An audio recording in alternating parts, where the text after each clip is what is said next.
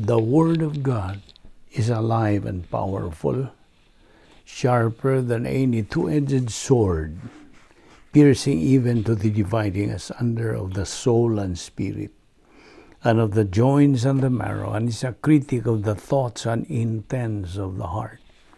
All Scripture is God-breathed, and is profitable for doctrine, for reproof, for correction, for instruction in righteousness, that the man of God might be mature, thoroughly equipped unto all good works. Study to show thyself approved unto God, a workman that needeth not to be ashamed, rightly dividing the word of truth. Galatians 5:22-25. But the fruit of the Spirit is love, joy, peace, long-suffering, kindness, goodness, faithfulness, gentleness, self-control. Against such there is no law. And those who are Christ's have crucified the flesh with its passions and desires. If we live in the Spirit, let us also walk in the Spirit. Luke 11:10-13. For everyone who asks receives, and he who seeks finds, and to him who knocks it will be opened. If a son asks for bread from any father among you, will he give him a stone?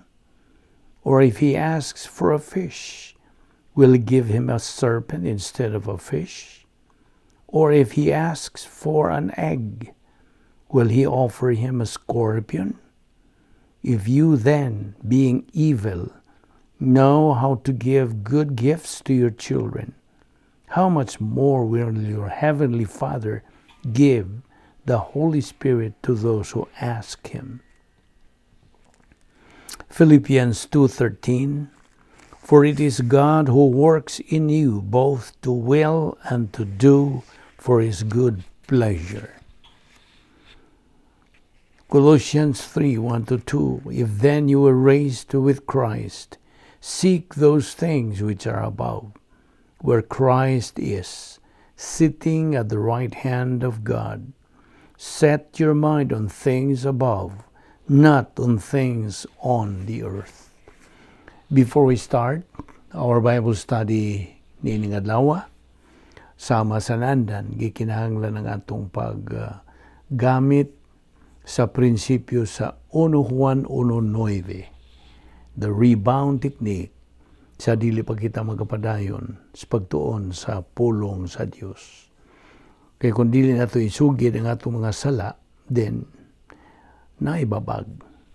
Ug ang Espiritu Santo nga may magtutudlos kamaturan, dili siya makapadayon sa pagpatinaw sa kamaturan. Gumikan niya ng babag. Therefore, atong gamiton karong prinsipyo sa 1 John 1:9 nga nagaingon, if we confess our sins, He, God, is faithful and just to forgive us our sins and to cleanse us from all unrighteousness. Now, for you unbeliever, the issue you face is not confession of your sins. It is by using your free will so you can make the most important decision in your life, which is to believe on the Lord Jesus Christ as your Lord and Savior. Kung manimubuhata ka na, ikaw ang damnaw sa pagsalmot, yun nga itong pagabuhaton nga pagtuon sa pulong sa Diyos. Busa sa hilom, magampo ta.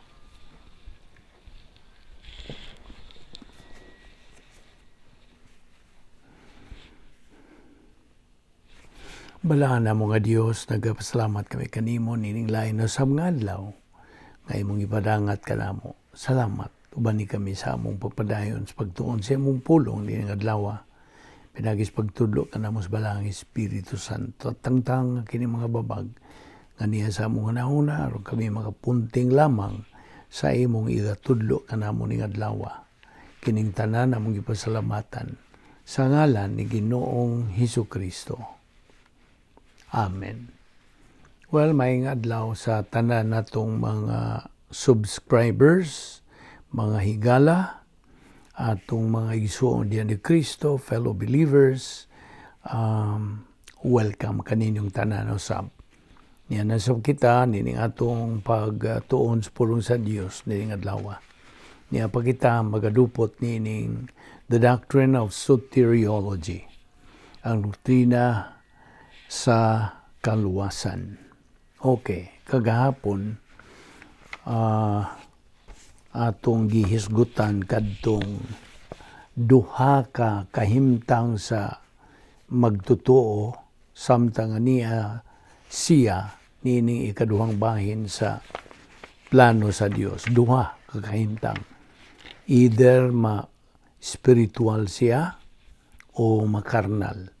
Kano sa aman ma-spiritual ang usa ka magtotoo, sa diha nga wala siya ay nabuhat nga sala, iyang gisugid ka ng mga sala ngadto sa Dios nga Amahan, o siya limpyo. Ambot pasabot nga limpyo, wa siya ay gitiner nga mga sala di siyang kalag, mao na nga siya ginganlan nato nga espiritual. Kaya naaman siya magapuyo diha sa dapit nga may gahom sa Dios. Gitawag na sa English of operational divine dynasphere. Laing mga nga ni protocol plan of God, the Christian way of life, God's power system, the royal palace, ug uban pa. So spiritual ang usa ka magtotoo. Apan sa diha nga makasala ang magtotoo, then mugawa siya sa iyang pakigamitay sa Dios. He goes out of fellowship, o siya dili na dumalahon sa Espiritu Santo, kundi ang magdumala kaniya, mao na ang kinaiyang makasasala. So gitawag na siyang karnal. Okay? O kung siya magpatuyang, magpadayon gayon siya, nga way pag-usab siya ng una nga iya unta ka nang isugid ngadto sa Dios, then mahimo siya nga reversionista kung dili siya mo sugid, magpabilin siya sa paglunang sa mga kasalanan.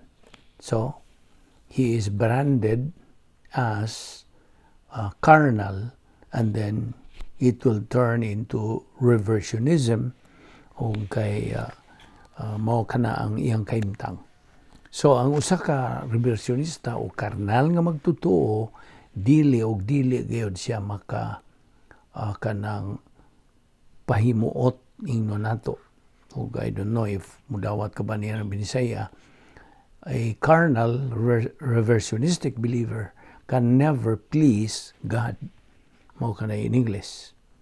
Kay negatibo man siya. Ang buta sabot katong magtotoo nga walay kanang sugid sa iyang mga sala.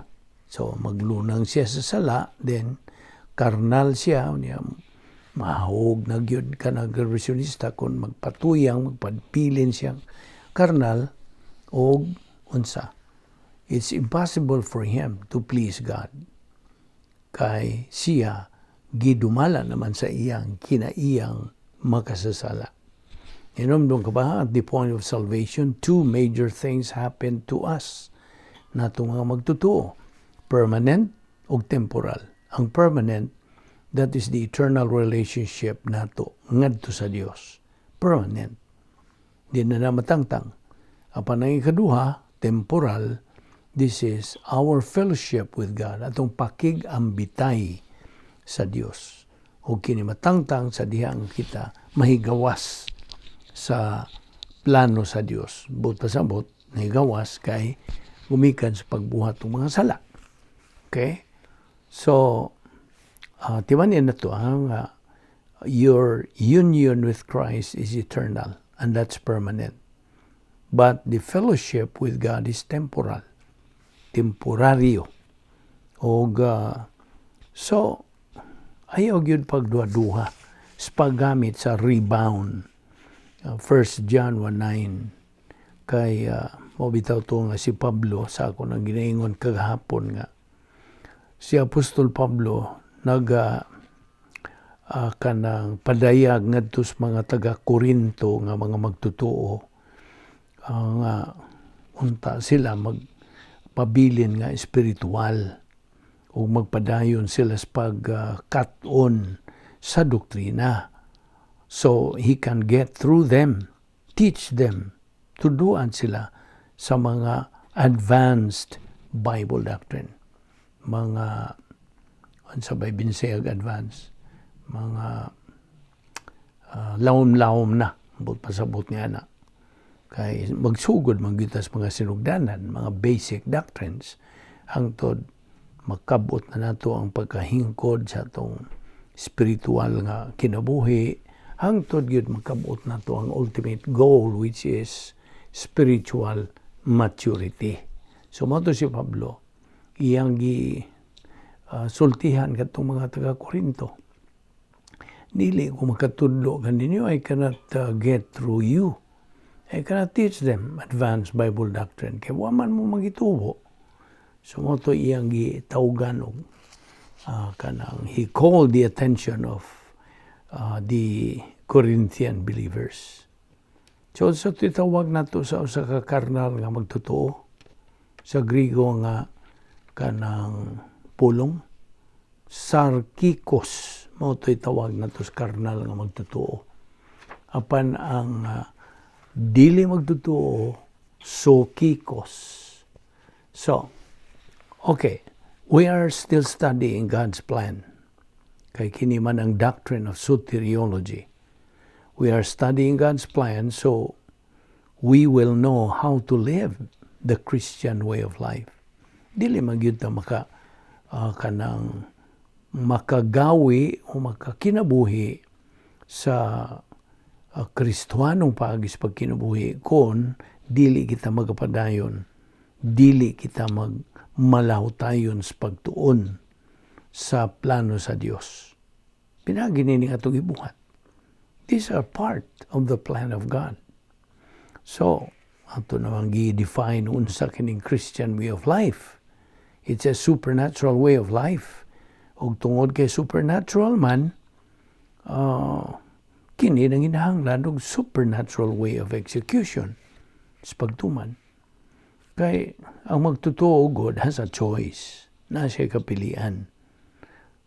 Whether he wants to become a winner believer or a loser believer. Nang kanunay nato ning inject diha kanimo nga it's all a matter of choice.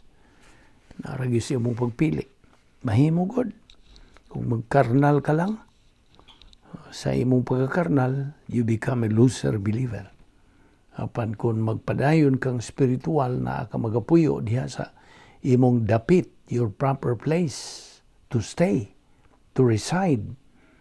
Ang dapit nga may gahom sa Dios. The place of God's power. Na diha ang gahom. Ikaw na ay kanang puruhan nga mahimo kang mananaog nga magtotoo. Yes. Dinhi nga itong kinabuhi karon. You can be a winner. Now, mabitaw itong itunaan naman nga the fact that a person who believes in the Lord Jesus Christ as his Savior, doon na siya duha ka mga butang na hitabo kaniya. Nadugtong, nahiusan na siya kang Ginoong Kristo hangtod, eternally, og siya kanang magabaton na sa pakigambitay niya sa Dios. Temporarily. Atong balikon na po itong temporarily tungod kay sa panahon ng makasalata, then matangtang kining atong pakigambitay sa Dios. Apan ang imong kaluwasan intact, ayaw yun nagsaipa. Di na yun na matangtang. Hangtod na guna. That is permanent. Apan ang temporal, mao nga ding atong fellowship, ng atong pakigambitay sa Dios. So, these two things, mao ning duha ka mga butang, mao ay nakapausab ni anang maong tao nga midawat sa kaluwasan automatically. Kining duha ka mga butang had changed that person automatically. Diha niya nang higayon nga siya mituo kang Ginoong Jesucristo ngayang manluluwas. Now, a believer who do not know this particular doctrine mentioned niini, itong gisgutan, is a confused, disoriented, and disorganized person. Bisan tuon og siya magtotoo. Bisan og siya luwas na. See? Mao nang kinahanglan nga atong makatunan kining maong doktrina nga atong gisgutan. Two things that happen to us at the moment of salvation: union with Christ and fellowship with God. So, aron dili ka, you will not be branded as confused, disoriented, disorganized person.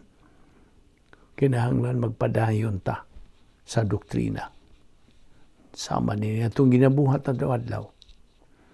Di ba niya? Kaning prinsipyo, once a believer, always a believer. Once saved, always saved. Naarabay uban nga, di mo dawat ni mong doktrina. Duda sila. Tinuod ba na? What ay mahimo niya na? Ilan na ng kabubuton ang giagad sa Diyos. It's a matter of choice. Now, one of God's provision for every believer is rebound. Usa ni sa mga gisangkap sa Diyos kanato mga magtotoo. Kining rebound, iyaning provision sa Diyos alang sa atong kaayuhan. Grace recovery kini. Itawag nato sa English og grace recovery. So, balikon na to itong atong i-tukbil, ipadugay nga, si Pablo lagi sulti nga to sa mga taga-Korinto. 1 Corinthians 3:1, Paul said, "My brethren, I cannot speak to you as I speak to mature believers because you are still babes in Christ." Sa ito itawag na ito nining babes in Christ, mga bata pang mga masuso, mga wapay buot. So, you are controlled by your old sin nature. Kung ikaw wala magatubo sa pulong sa Diyos, ang nagadumala na gyud nimo, morang imong kinaiyang makasasala. Now, in other words, the babes in Christ are not growing spiritually. Wag yun sila magtubo. Spiritually wa magtubo because unsa daghang mga inungdan usa niini mao nga sayo pang ilang mga pasiunas kinabuhi. They have wrong priorities in life. Bagang duot sa ato mga igsoong mga magtotoo have wrong priorities in life. Mao na nga wa sila gana nga motubo ang ilang kalag. Pinagis pagtuon sa pulong sa Dios adlaw-adlaw. Kay kita nga mga magtotoo are supposed to apply doctrine to experience. Dili kay apply experience to doctrine. Bali man na. Kung malikon, believers should apply doctrine to experience, not apply experience to doctrine. We should know how to move sa na to pag kanang abante ngadto sa espirituhanong paghamtong. O kini pinaagi sa spiritual momentum, meaning a believer's building up spiritual muscles. Kini itong gibuhat na daw kanang tukod kita, nagpalig-on kita sa atong inunta espirituhanong braso. We are building up spiritual muscles. Now, gawas kon magabuhat kining maong magtotoo niini, di cannot grow up spiritually. Dili wa siya kanang puruhan nga iyang makabuot ang espirituhanong paghamtong. You see? Kaya ang anggod sa pagkahamtong espirituhanon mao naman ang katakos nato sa pagkinabuhi. Kapila na nato ni balik-balik kagyod. You see? That is the process to reach spiritual maturity, the capacity stage. Nga natin kapasidad sa pagkinabuhi.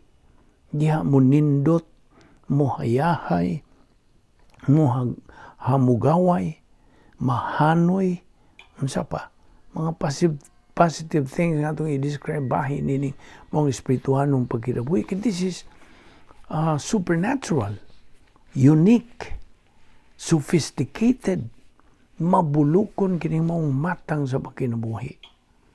Wa man lang gud mo makasuway. Suway. Mao na isulti ni Pablo kanato nga mga magtuto. Suway.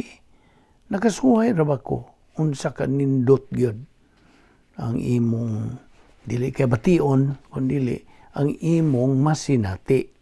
You see? Wa man ko hisgot og imong bation. No. It's not feeling.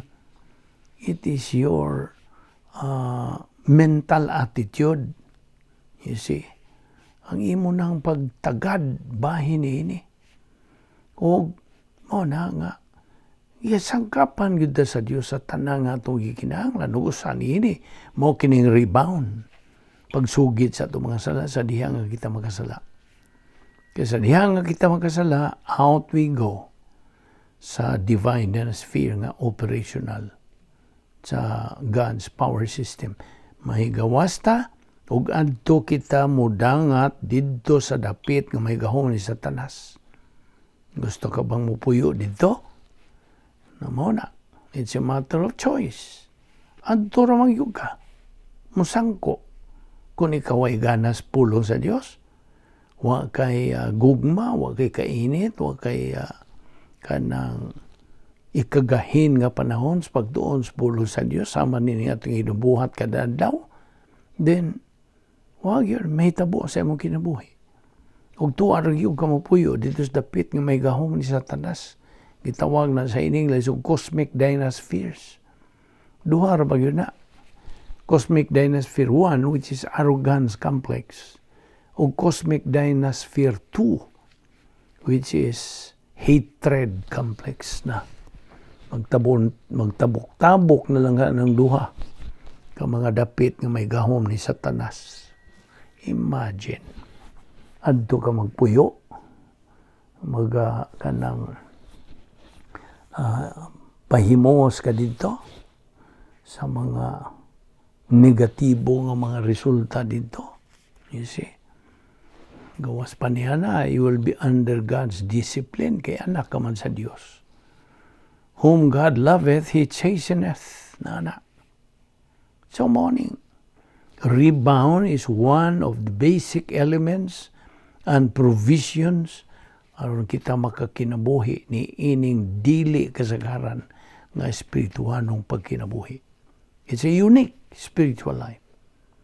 Operational divine dynasphere is a believer's place of power. Just as the prototype divine dynasphere was moto'y gipuy-an ni Ginoong Kristo nga dapit samtang din siya sa kalibutan during His first advent. Giprubahan gyud ni Ginoong Kristo. Manang iyang gibilin kining maong divine dynasphere nga ni kanato. Pag bungat gyud niya samtang gabitay siya sa krus, pagbungat niya nga tetelestai, nagpasamot ka na tapos na. Nauman na ang akong misyon. Diha-diha, dungan niya na, gibili niya kining maong divine dynasphere nga operational na alang kanato. Alang sa kang Ginoong Kristo, ang iyang divine dynasphere was prototype. Yaman niya na. Ang ngan sa iyang divine dynasphere, samtang dini pa siya sa first advent, was prototype divine dynasphere. Ug iyang kining gipuy-an, mao nga siya nagmadinaugon, he became victorious over sin and death. So victorious. He was a kanang mananaog siya sa that's the victory that he acquired sa paghuman niya sa iyang misyon. So, ang iyang divine sphere is prototype, ang atua karon operational divine sphere. So, okay, sa atong pagpadayon, ayaw kalimot niya itong 10 problem-solving devices, ha? Ayaw na nagalimti. O niya, kadto usab nga niya ay mga operations nga atong hisgutan naman ni in the past, but just the same, we have to talk about it once again. Niining Operation PMA. Unsa man ni Operation PMA? P, perception. M, metabolization. A, application. So sa ato pa, perception ang atong pagkaton, pagdawat, pag-angkon sa mga kamatuoran, perception. Sunod, metabolization ang atong pagtuo ini atong gitunan, nakatunan, pagtuo niini aron sa ingon niya na ang Espiritu Santo iya na kining galingon. That is the ministry of God, the Holy Spirit's metabolization process. Iyang i-metabolize, meaning inig-metabolize na, no, by the way, ang pag-metabolize sa Espiritu Santo, gumikan kaya mo magituuhan. Sabtagi na. Kaya kung dili ni mo tuuhan ka ng imong gitunan o nakatunan nga pulong sa Dios, nothing will happen. Dili makalihok ang Espiritu Santo. O man mo tuuhi, o man mo dawata. So until imong dawaton og tuuhan, then mulihok dayon na yung ministry. Iya ka ng galingon, unsay buot pasabot. Pag metabolize na sa balang Espiritu Santo, iya pag yun ang ipaklaro, ipatinaw, himuon yung tataw yun. Aron imo na yun ang barugan o imong gamiton sa imong adlaw-adlaw nga pagkinabuhing Kristuhanon. Sabtag yun na. Unya gawas pa nining Operation PMA, Operation Z. O ang Operation Z, Zeta. Kadto bitang just an infographics pagpahulagway kanimo nga litra nga Z. Dito sa pikas nga wa nga dapit mo ang pastor teacher, pastor magtudlo nga nagtuon, nagtudlo. Mo man kanay katungdanan sa pastor. Mo bitaw ng hyphenated kanang PT, pastor teacher. Di gina mahimong buwagon. They are one and the same. Pastor teacher. If he is a pastor, he is a teacher. You see?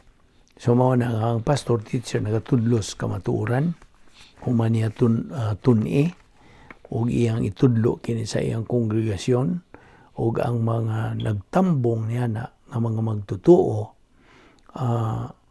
ang iyang gitudlo mo adto ni mudong kini sa ilang tawhanong espiritu, human spirit. O gikan diyan to sa human spirit, muambog kini ngadto sa gnosis. Gnosis, knowledge pa. Until nga tuuhan kanang maong doktrina og nahimong epignosis. Ang epignosis is above and beyond gnosis. Mas labaw pa sa gnosis. So, kay ang gnosis kahibaluman sa transform niya na ngadto si epignosis, nahimo na ka ng kaalam. Okay? Kasabot ka ba? So, ang gnosis adto ra na dito sa left lobe of the mentality of the soul. Apan sa pagtuo, pagdawat ni mo niya na nahimong epignosis, then modong na po na dito sa tuo nga dapit sa imong mentality of the soul. Now, ato lang yung nimo, kay you are the kanang object niya ini. Ikaw man, subject, hindi kay object.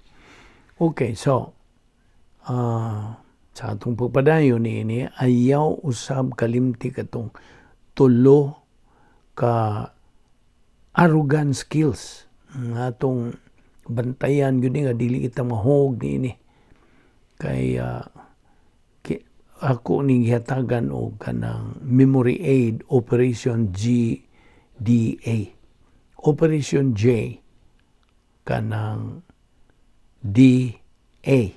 Okay? Unsay ibot pasabot? Ang J, self-justification. Ang D, self-deception. Ug ang A, self-absorption. Okay? Nakuha nimo?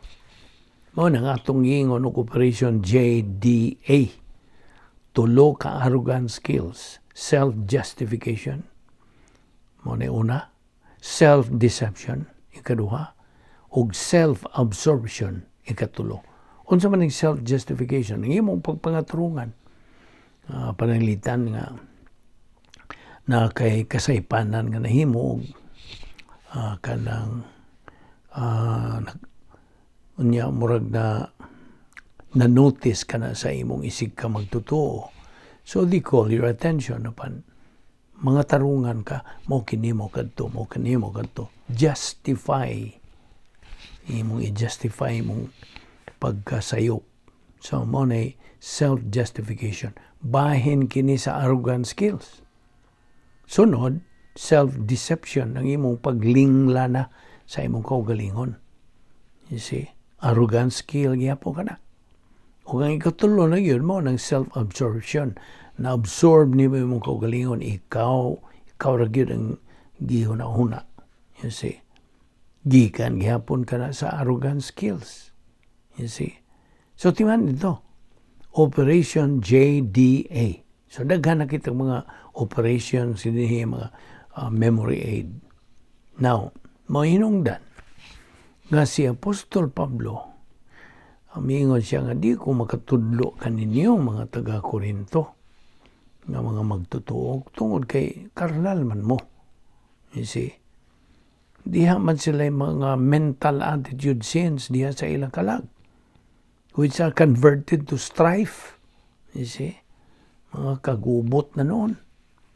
So, matunggingon ni Pablo nga kamo, nagawi man kamo samas mga mere men, manigingon diya sa English. They were walking like mere men, and but pasabot mga unbelievers. Dili man mo unta mga unbelievers, na parihan mo mga unbelievers.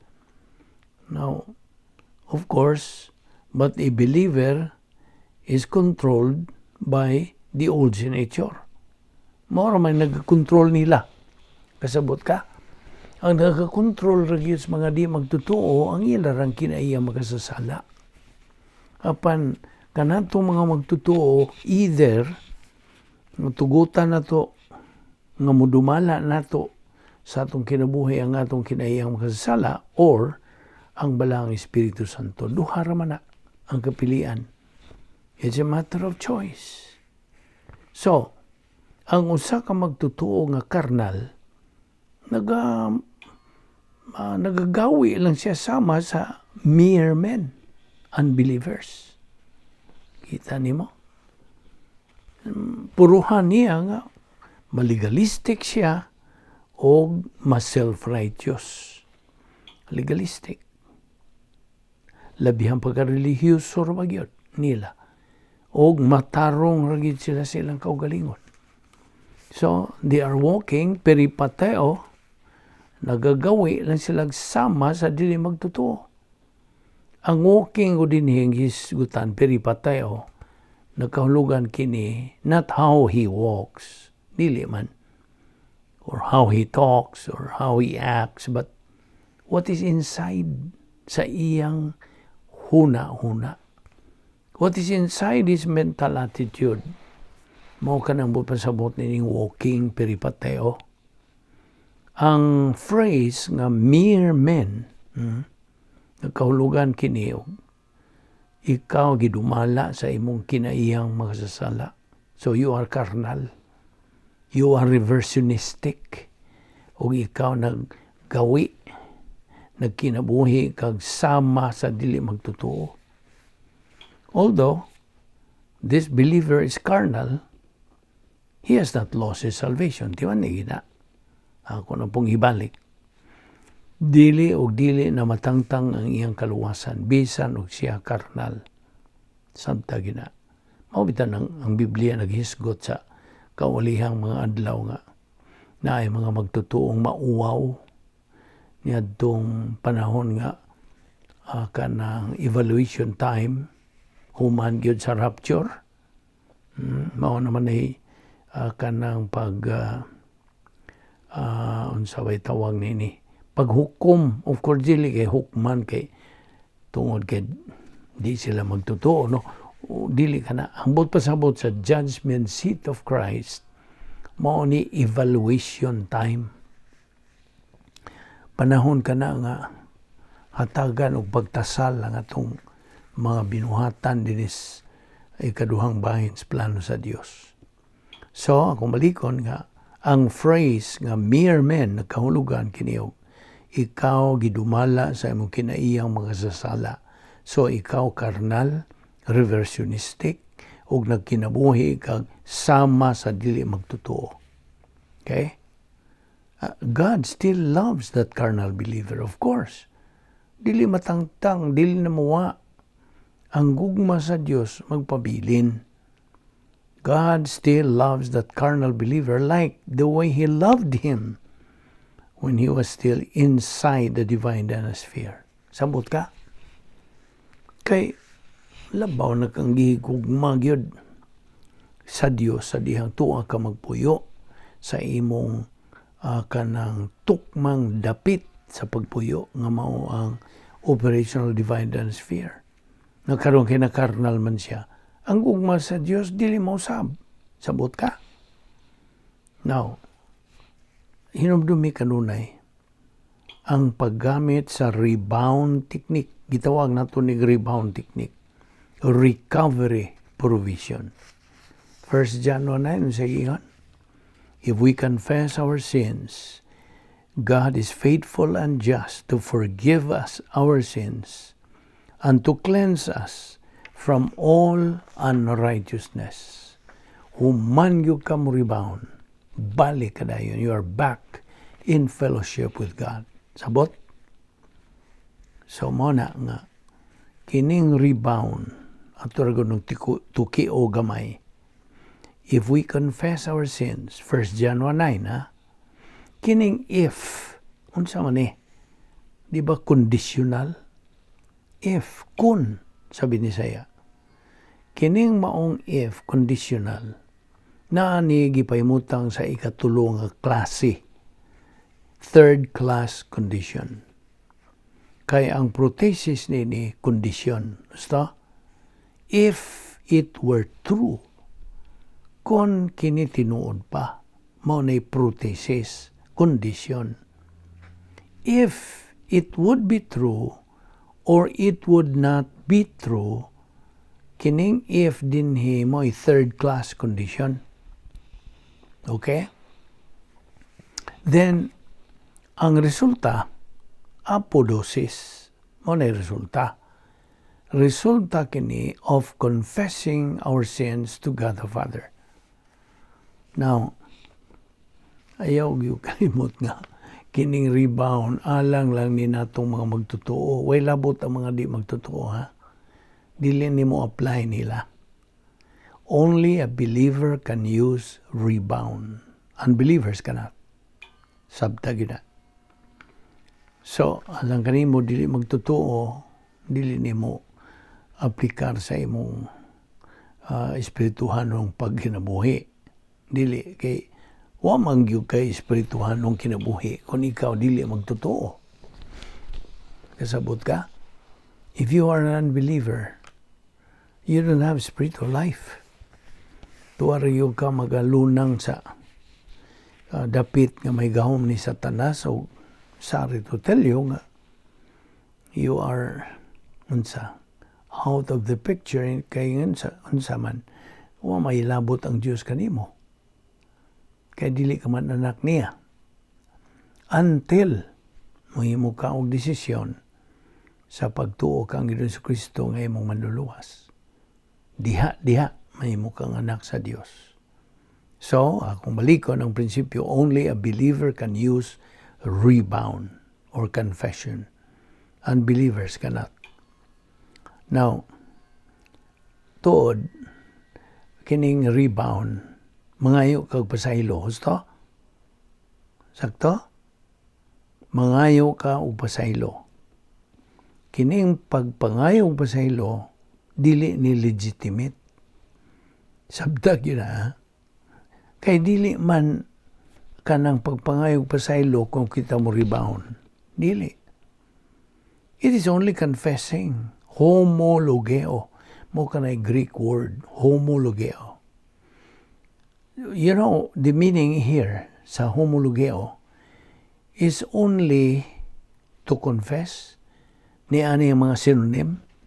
To cite, to name, to enumerate, to acknowledge, to admit. Nakuha niyo mo? Confession, mo man in English, sa homologeo, na naghisgotan niini sa rebound, means to cite, imo balang hinganlan, imo balang kanang ipadayag, niya, to name, himong hinganlan, to enumerate, imo nang tagsataog, kanang ipadayag nimo, enumerate, to acknowledge, pag-angkon, to admit, parehan sila mga synonym. Now, kay ngano God, ngano nga asking forgiveness is not legitimate, tungod kay ang tanan natong mga sala, gihukman naman lagi dito sa cross. Mabito itong namatay si Ginoong Kristo dito. Iyang gidawat ang tanan natong mga sala. Ug siya mo'y gihukman. Sabtag yun na. These are basic things. Basic doctrines. So all our sins, gikan sa unang tao, gikan na Adan, hangtod sa katapusang tao, na may mugso ni kalibutan na. Tanang mga sala sa tanang mga tao, gihukman dito sa cross. So, dili na legitimate ang pagpangayo og pasaylo. Kaya pasaylo naman. Nga itong gayon, nga itong idawat sa Ginoong Kristo, nga itong manluluwas. Tanan ng mga sala, wala, papas. Now, mao na nga ang pagpinitensya, dili na kinahanglan. Penance, ang penance, sa maning penance sa Bisaya, well, anyway, penance is not needed. Why? Because God does not tell us so. O man sulti ang Diyos na ini. Kaya nga naman, tungod kay si Ginoong Kristo, gihukman naman lagi dito sa cross. Mabito to sa David, miingon siya nga, I have sinned against you only. Yan na sa Salmo 51:4. Nya, kitang mga magtutuo, by the way, we are all royal priests. Harianon kitang mga saserdote, mga pari. Tanang mga magtutuo, bayi ba na o laki? You see, all believers are all royal priests. Kitang mga magtutuo are responsible for our sins to God only. Underline that word only.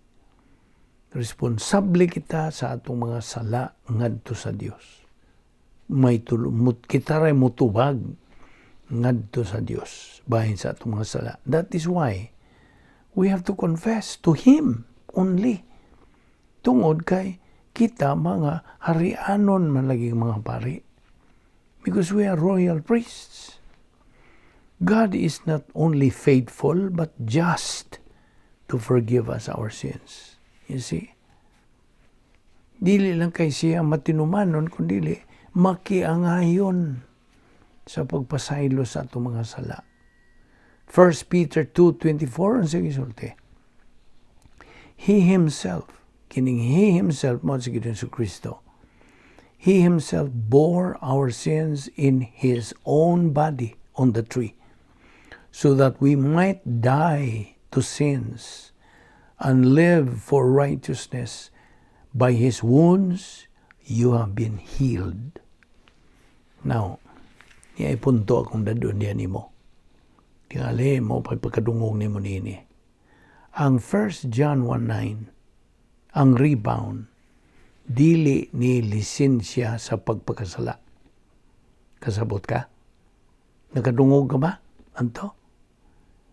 1 John 1:9 or rebound is not a license to sin, but it is a license to serve. You see? Kaya human ka mo rebound, human ka mo kumpisal o mo sugid sa imong mga sala, makapadayon na kas pag-alagad sa Dios.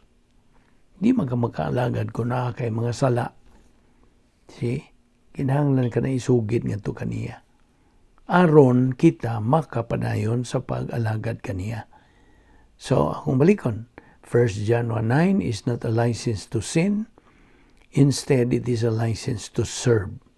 Kaya binimo, sa dihang si Ginoong Kristo gi hukman dito sa cross tungod sa atong mga sala, ang hustisya sa Dios natagbaw. Natagbaw. Thus, He now can forgive us when we trust in Christ as Savior. Na, makapasaylo na siya. So mo na nga niya nata sa ikaduhang bahin sa protocol nga plano sa Dios. We are believers in time. God already has provided us all the assets, tanan nga mga kasangkapan nga espirituanon in order for us to fulfill sa plano sa Dios ni ikaduhang bahin sa iyang plano. Ang tanan nagaagad lamang sa grasya sa Dios. Everything depends on God's grace. Kaya ang grasya as we know it is God's policy. Pulisa o lagda kini sa Dios. God's grace starts to move in our life. Sugod niya itong point of salvation. Niya itong gituuhan nato sa Ginoong Kristo nga itong manluluwas to the point of physical death. You see? Sugod niya itong pagtuon nato yun ni Ginoong Kristo nga itong manluluwas hangtod nga mamatay ta ni ining atong lawas until the point of physical death ang kanang andam sa Dios sa usa ka magtutuo nga madinaugo na winner believer mao ang gitawag og dying grace.